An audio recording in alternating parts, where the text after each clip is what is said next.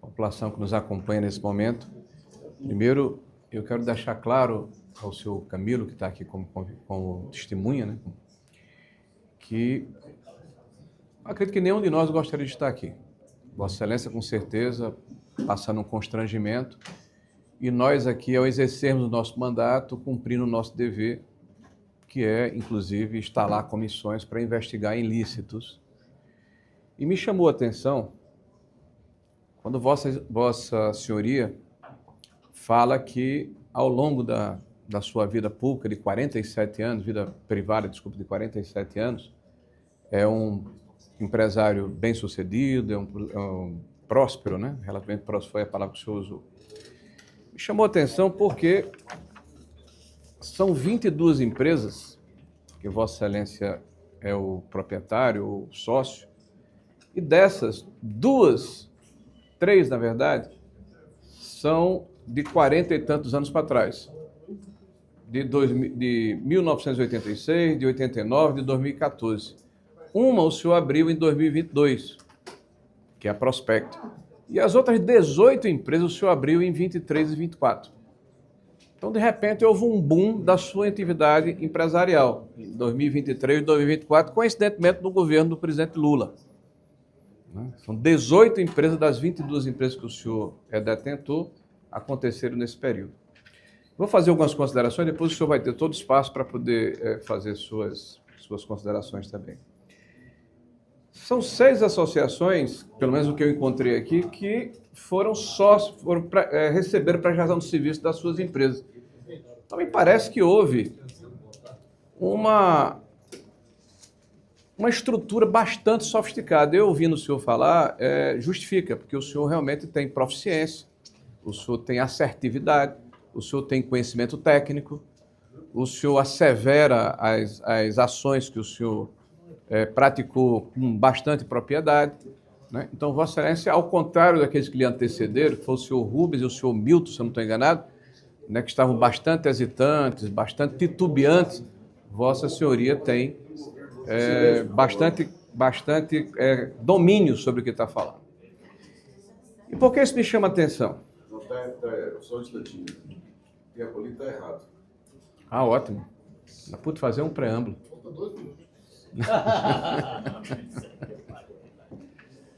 Não, mas eu pediria que Vossa Excelência colocasse os 8 minutos que estavam lá quando eu estava falando. Mas já lhe foi dado mais antes. Não, eram 8 minutos. Eram 10 minutos, eu tinha falado 2 só. 8 minutos. Bote 8 aí.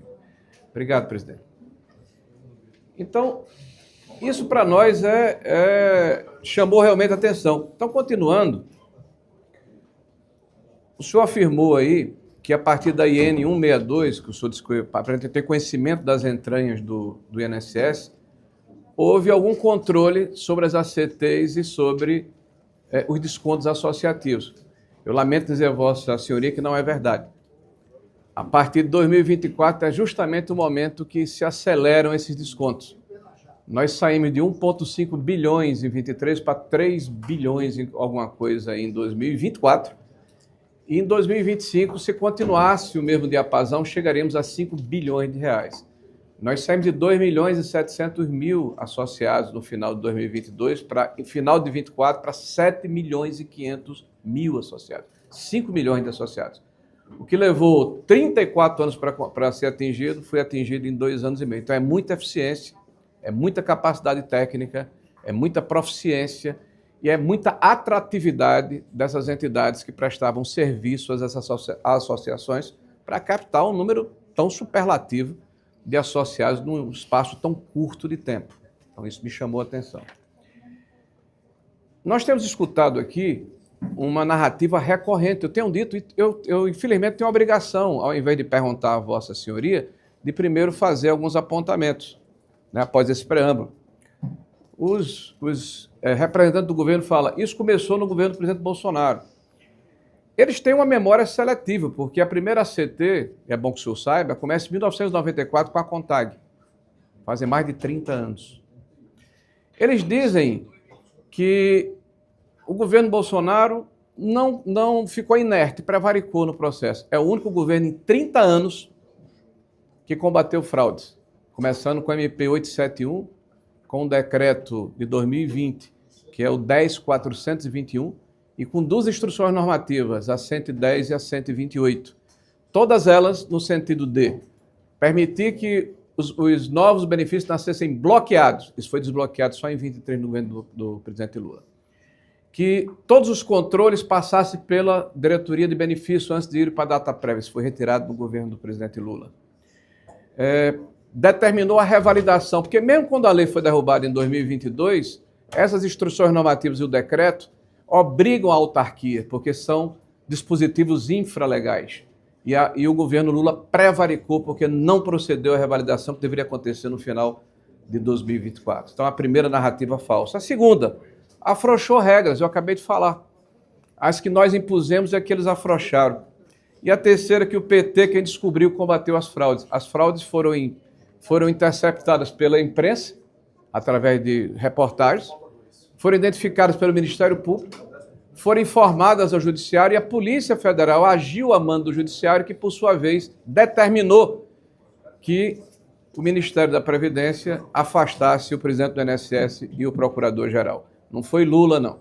Lula estava dormindo em berço esplêndido. E só para lembrar aos desavisados, que não sabem que existia fraude do INSS, 1991, mas vamos para cá, 2009 e 2010, descontos irregulares aumentam. Descontos irregulares, senhores. Olha que surpresa, quem era o presidente naquela época? Descontos irregulares, o volume de descontos agora começa a aumentar, segundo o Bausa, eles começam a ser mais recorrentes, mas ainda tem algo muito localizado no varejo. Começa, sabe quando? 2009, 2010. Aí vem contribuição compulsória, aposentados são descontados sem saber se sindicatos faturam milhões. Olha que surpresa, sabe quando é que foi isso, gente? Foi em 2010. E o ministro Carlos Gabas, na época, sede da Confederação Brasileira dos Aposentados, na última quarta-feira, ficou decidido que o interessado que está sendo lesado, roubado, precisa ir ao sindicato ou associação e pedir o cancelamento. 2010. Quem era o presidente na época? Ah, não sei. As pessoas vão entender o que é que eu estou falando. Idosa descobriu que teve desconto devido do INSS por 30 anos após escândalo de fraude. Acabei de dizer que faz desde 1994. Contribuição compulsória. Aposentados são descontados sem saber se sindicatos faturam milhões. 2010 também. Polícia Federal conclui inquérito que investiga Gleisi e Paulo Bernardo e envia relatório ao Supremo Tribunal Federal. Olha que surpresa, quem são esses personagens? 15 de março de 2018. E qual é o inquérito aqui? Consignados. Qual é o objeto dessa comissão, me parece, né? As pessoas talvez tenham se esquecido. E agora, esse partido que fica aqui dizendo que quer combater a fraude e tal, quer ajudar o trabalhador, é o mesmo que votou contra, há pouco tempo, na medida provisória que determina a retirada dos consignados. Né? É a mesma. E a esquerda ajudou a manter desconto que levaram à fraude do INSS, está aqui em 2019, mostrando que foi combatida a MP que nós apresentamos a 871. Nós estamos vendo aqui uma profusão de notícias. Vou até parar por aqui, porque para não constranger muito os nossos amigos. Mas vamos aqui para algumas perguntas, para dizer que eu não perguntei nada a Vossa Senhoria. Em dezembro de 2022, nós tínhamos 2.706.000 aposentados.